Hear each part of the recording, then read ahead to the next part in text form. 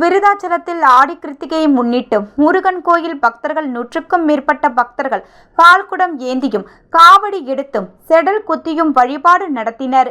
கடலூர் மாவட்டம் விருதாச்சலம் வடக்கு வீரபாண்டி தெருவில் அமைந்துள்ள சுப்பிரமணிய சுவாமி கோவிலின் 46ஆம் ஆண்டு ஆடி கிருத்திகை திருவிழா கடந்த 7ஆம் தேதி காப்புக்கட்டி திருவிழா தொடங்கியது. அதனைத் தொடர்ந்து ஒவ்வொரு நாளும் அபிஷேகங்களும் தீபார்த்தனையும் நடந்து சுவாமிகள் வீதி உலாவும் நடைபெற்று வந்தது. நேற்று திருத்தேர் வீதி உலா நடைபெற்றது.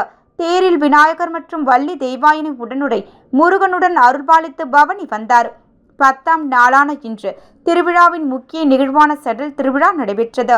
நூற்றுக்கணக்கான பக்தர்கள் மணிமுக்தா ஆற்றங்கரையில் இருந்து பால்குடம் எடுத்தும் காவடி எடுத்தும் மாற்றுத்திறனாளி உட்பட செடல் அணிந்தும் ஊர்வலமாக கடைத்தெரு பாலக்கரை வழியாக கோவிலுக்கு வந்தடைந்தனர். அதனைத் தொடர்ந்து சுப்பிரமணிய சுவாமிக்கு 108 பால்குட பாலபிஷேகம் செய்து தங்களது வேண்டுதலை நிறைவேற்றினர். இதில் நூற்றுக்கணக்கான ஆண் மற்றும் பெண் பக்தர்கள் கலந்து கொண்டனர். பின்னர் 1000க்கும் மேற்பட்டோருக்கு அன்னதானம் வழங்கப்பட்டது.